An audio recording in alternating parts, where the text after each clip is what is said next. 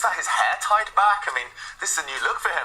Looking very slick. And okay, moves. Yeah, and Vladislav Artemiev, he's played the Slav defense. We're going to stop calling him Vlad. It's Vladislav. And okay, pawn off the board A4, but you can also play this in a gambit manner. And if you throw your central pawn forward, playing E4 here, that also leads to new lines, modern lines that Magnus will have explored.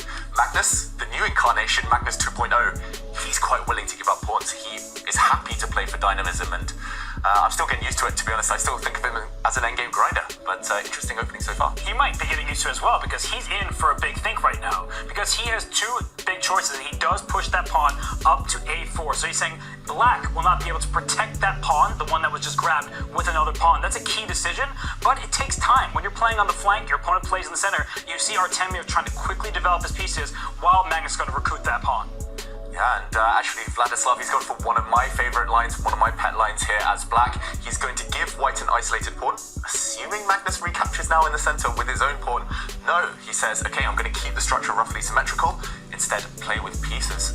So you would think roughly balanced, but white ahead in development. James, what are your thoughts on this opening? Who's it going to favor? Yeah, actually, so far I think I definitely like white here. I'm a big fan of attacking chess, so I do want to move this bishop back to D3 and get something going at some point. Maybe even queen to C2 if take on D4, and we have something like rook to D1. Really playing for many tactics here and just be aggressive as possible, especially with the bishop tucked on C8. Still, it's not developed. I have better pieces right now. My bishop is the same on C1, but I can actually get it out by B3, bishop to B2, and have the bishops actually just be on the diagonal with bishop B2, bishop to D3, and go for an aggressive attack.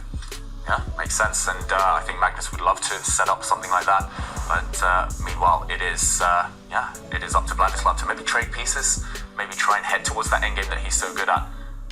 Yeah, Robert, early days, but balanced so far. Very early days, and one thing of note is that rook pawn for a white, that A4 pawn, you sometimes want to push it back a square, but that's not allowed in chess. So there is that big issue of that, when you push a pawn forward, you have to look at the squares that are vulnerable to your opponent, and that B4 square, that dark square over there on the queen side, that could be black for the taking at a critical moment. Wow, and this last move, queen to E2, to me it looks like Magnus is saying, I'm sacrificing a pawn.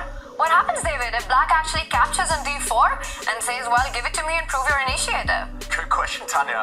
Vladislav Artemiev here trying to work it out. I'm trying to work it out as well. It looks very tempting to get greedy now as black. You can snap off that knight in the center of the board. If you take it, then white has two possible replies. Either you can slide across with a white rook and pin, keep your tension, but let's look at the more natural reply if white takes. Now black has, again, two options. Do you take it with the queen?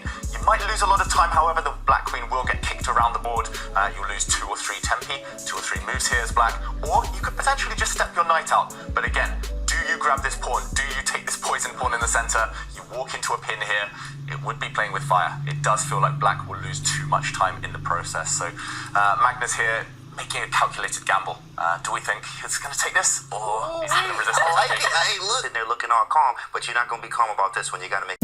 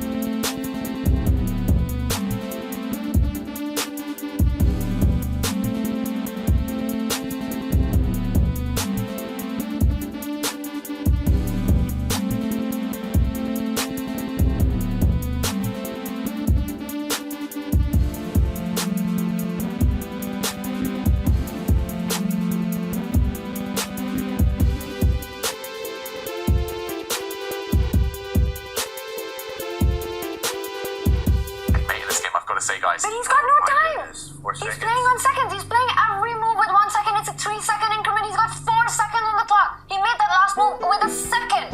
He's panicking Artemiev. I don't like his last move. I was going to say, material count, white is actually up. White has a bishop and knight for a rook. You're up 1 point. And if one set of rooks disappear, suddenly there are no mating attacks against the white king. Suddenly white will be safe. So I'm expecting the white dark square bishop to move, or maybe the white knight will centralize and attack disappearing. And I was just saying, don't use the king as a weapon this early, but that white king may actually slide forward, and that black king might be the one that's checkmated. You have to be very, very careful here, because at some moment, that black king, there are many white minor pieces that can go after it.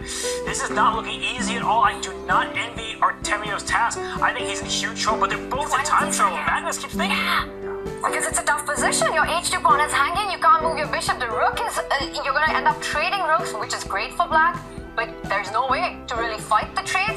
Robert, are you still picking Magnus for this one? Yeah, I am. I just think the time trouble is crazy, and you have 2 pieces to just a rook, right? So I think rook d2, maybe there will be simplification, but I just feel like there's no way Magnus is going to lose this position. Or you lose one of the 2 pawns, either b2 falls or the h2 Maybe pawn. you're going to lose both, actually.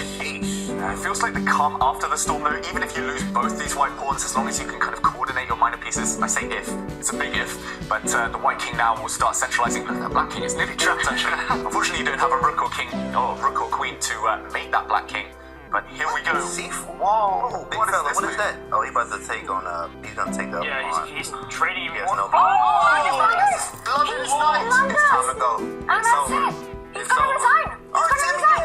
Yeah. Win! The dub! That was surprising. Oh my God. He walked into a pin, and I told you, float like a butterfly, sting like a bee, and that one stings because Magnus Wow. losing him and had the white pieces to boot. That hurts.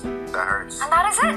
Magnus Carlsen resigns after that blunder. Knight d6, rook b6. That's a pin. You pin the knight, you win the knight. That's a lost endgame. There was still hope before this, but what a roller coaster of a game this was, David. Yeah, what a roller coaster, and Magnus there. You can see him looking over the game.